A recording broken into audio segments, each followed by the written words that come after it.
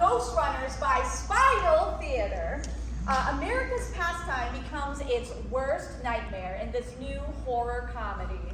Henry loves baseball, but hates playing it and watching it.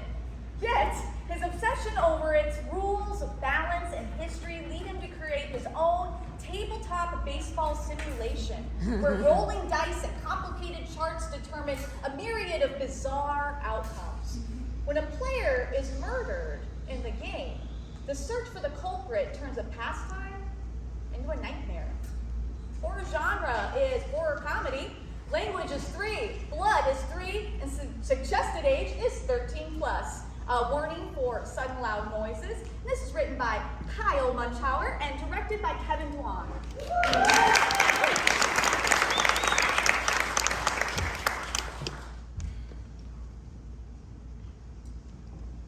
Well, that inning sure was tough, but it couldn't have gone any different. But Coach! Wait, just wait a dang minute. I will not wait a dang nor a darn minute.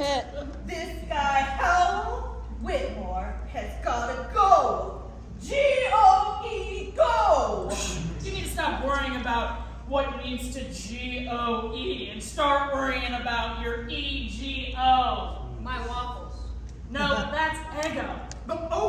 Like that thing in psychoanalytic theory, that portion of the human personality which is experienced as the self or I, and is in contact with the external world through perception. It is said that the part that remembers, that evaluates, that plans, and in other ways is responsive to and acts in the surrounding physical and social world. No, I think you're thinking about the egg. No, I'm thinking about your idiot. Well, you're an ego idiot. Okay, boys, stop. This is getting out of hand. And in baseball, that's like the last thing you want to do. What happens if the ball gets out of your hand? Dave! What happens if the bat gets out of your hand? Out! Exactly. Certain things are in our hands. Certain things are out of our hands. What any other player does or doesn't do is not in our hands. Next inning, focus on your hands. What's in them, on them, between them, on top of them, around them, but not what's out of them. Howell Whitmore killed Drisley with a beanball. That was so bad. You know why baseball is America's pastime? It's because for as long as our nation has been around, we've used baseball to pass time. That's not right. It's called a pastime. Yeah. You can do anything to pass the time. You can mow the lawn, you can put on jewelry, but that doesn't make it a pastime. You can pass the time with anything that's a pastime. I mean, yeah, that's technically right, but I think you're still missing the point. Just because you pass the time doesn't make it a pastime. But because you pass time with baseball, it becomes a pastime. No! Yes. But And that is what I know as coach. What else do you know as coach? I know that in order to win baseball games, you have to be like a pineapple. You have to be yellow and green and spiky. No. Pineapple, more like pineapple on account of how spiky those fuckers are. No, you have to stand tall and wear a crown and be sweet on the inside. Now listen to me. I don't want to hear any more complaining about Damon's death. We've got a baseball game to win. Well, he's not here, so he's not gonna hear. But the rest of you are here, so you can hear it. And you're gonna hear the complaining about Howell Whitmore. We gotta get this guy. He's the worst guy. why? Why do we gotta get him? Or why is he the worst? Both. Well, we gotta get him because he's the worst. He's gotta go. He's gotta go now. Well, he can't go now. Why not? Well, because. You're starting to sound like Coach. No, he can't go right now because right now, like in this moment now, the concept of the present is an inherently fleeting one. We're constantly chasing the thing as the present, leaving the past and entering the future. Nothing about this now is static, so unless Howell Whitmore has a heart attack in this instance, there is no way he can go now. But even in that moment, we'll come and go like shadows in the night.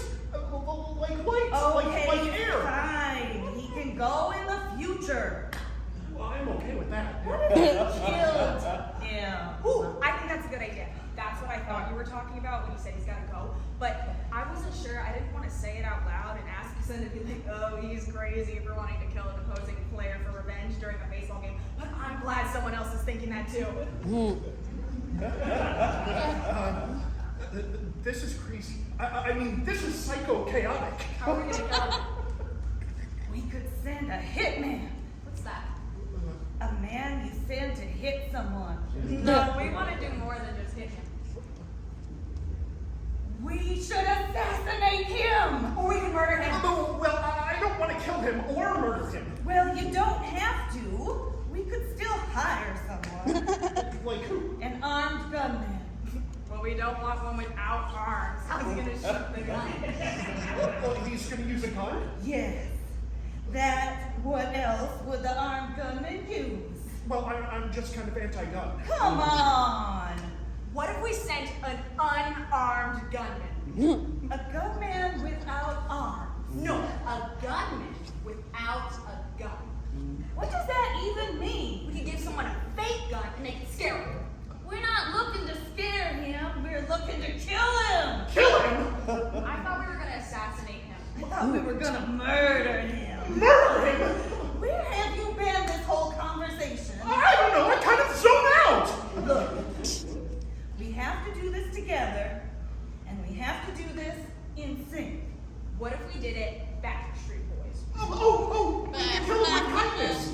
You can kill him with kindness. I'll kill him with a gun. No guns. But we make it look like an accident. Something that happens within a baseball game. Like what? We can hire some people to hide in the crowd and throw a bunch of baseballs and bottles at him. And actually, I heard he's allergic to peanuts and Cracker Jacks, so we could throw those too, and it'll look like an accident. Yes, that's a great idea. How come we didn't think of that before? Well, sometimes we expect art to rush up to us, and seizing a brush, plaster its own portrait on the canvas. Yes, Robert Frost. Who's Robert Frost? The chilly poet who's cold. Right, Robert Frost. The chilly poet who's cold.